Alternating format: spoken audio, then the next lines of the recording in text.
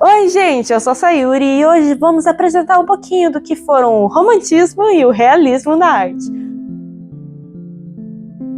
Você com certeza já ouviu falar desses nomes, mas o que foram esses períodos?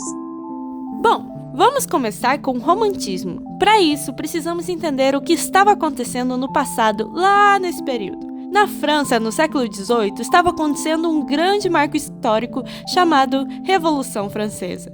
A burguesia tomando poder, muito derramamento de sangue e promessas de um mundo novo. Acontece que as promessas não foram exatamente cumpridas, o que pegou meio mal para a burguesia.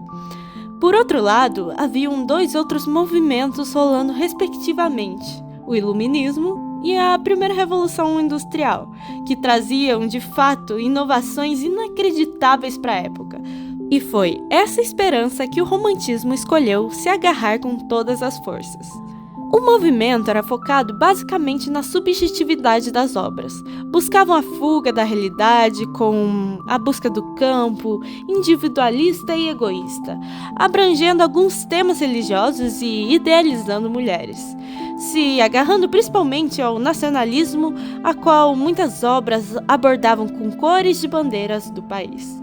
Como, por exemplo, A Liberdade Guiando o Povo, de Eugène Delacroix, considerada a obra de maior destaque desse movimento, a qual apresenta uma revolução da França que aconteceu em 1830, conhecido como Três Dias Gloriosos, onde haviam várias pessoas que acabavam morrendo, trazendo toda uma dramatização e heroísmo nessa arte. Claro que além de Delacroix, tivemos outros vários artistas como Gaspar Friedrich, famoso pelas obras de paisagem, Francisco Goya, famoso pela morbidez e as críticas sociais, tendo suas artes mais famosas sendo, respectivamente, Caminhante sobre o Mar de Névoa e A Magia Nua. Mas a violência e majestade da natureza, o sofrimento do homem, o arrombo místico não foram as únicas linhas de trabalho romântica. E imaginar que o romantismo é feito apenas de drama é privá-lo de boa parte de seu interesse e força. Visões introspectivas, mais líricas e contemplativas, tintas de otimismo claro e conciliador, também são elementos típicos e essenciais da escola. Entre esses dois extremos se formam sínteses das mais diversas, como antes dito, a magia nua. E agora que aprendemos sobre o romantismo, Jair, me conta aí um pouco do realismo. Mas tanta esperança acabou incomodando e gerando um movimento de contraproposta, que chamaremos de realismo. Nessa época, estava acontecendo algumas coisas importantes na Europa.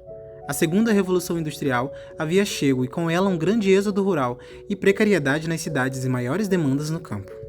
Sendo assim, a pintura do realismo começou por manifestar-se no tratamento da paisagem, que se despiu da exaltação e personificação românticas, para se ater simplesmente na reprodução desapaixonada e neutra do que se oferece à vista do pintor. Passou depois aos temas do cotidiano, que tratou de forma simples e crua, sem nada acrescentar ou retirar a realidade.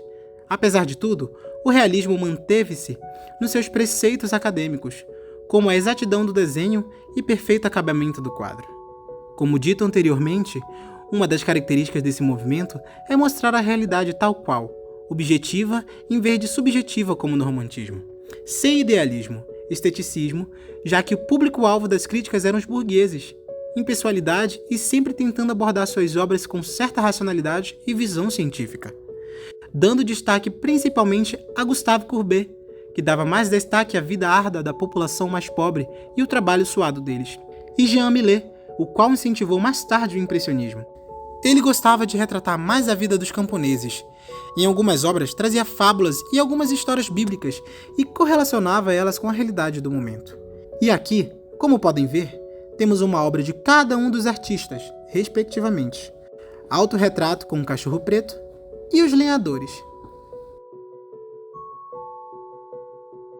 E agora, para finalizar, Nissa, faz um quiz aí pra gente?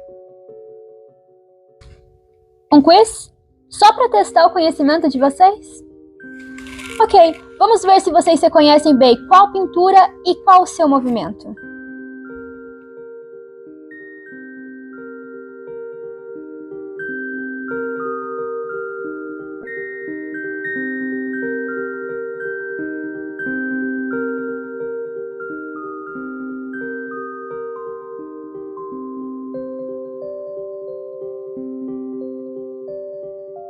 A obra 1 se mostra uma arte do romantismo, com bastante presença da mitologia e da subjetividade, com bastante dramatização das emoções.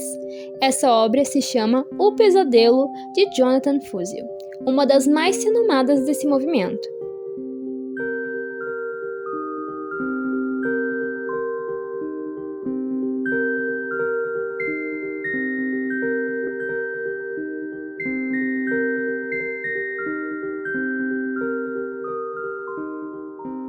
Já a obra 2, vemos a realidade, o trabalho de dois homens na extração de pedras no meio da rua.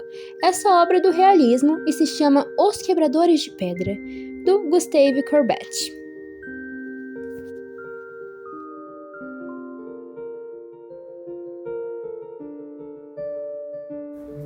Agora que já passamos por tudo isso, vamos dar uma breve recapitulada? Primeiramente, o romantismo. Ele aconteceu com a Revolução Francesa, o Iluminismo e a Primeira Revolução Industrial. Apresentava uma subjetividade nas obras que buscava a fuga da realidade. Também tinha a presença de temas religiosos e, como uma característica marcante, a idealização, assim como na literatura. Sim, algumas obras tinham violência e sofrimento, mas não se resume a isso. O otimismo e contemplação também era muito presente.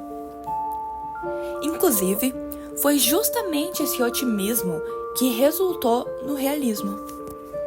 O realismo foi um pouquinho depois, ali na Segunda Revolução Industrial. Eles abandonaram a idealização romântica, porque eles queriam pintar a realidade, o que eles viam. Por causa da Revolução Industrial, as cidades estavam ficando precárias e a demanda no campo subiu. E é por isso que a maioria dos quadros retratam a vida do cotidiano das pessoas nas áreas rurais. Com isso, conseguimos compreender o que foram esses dois movimentos e entender como eles impactaram na nossa arte e na nossa história. Lembrando que se tiver alguma dúvida, deixa aí nos comentários e não se esqueça de se inscrever no canal. Um beijo e até logo!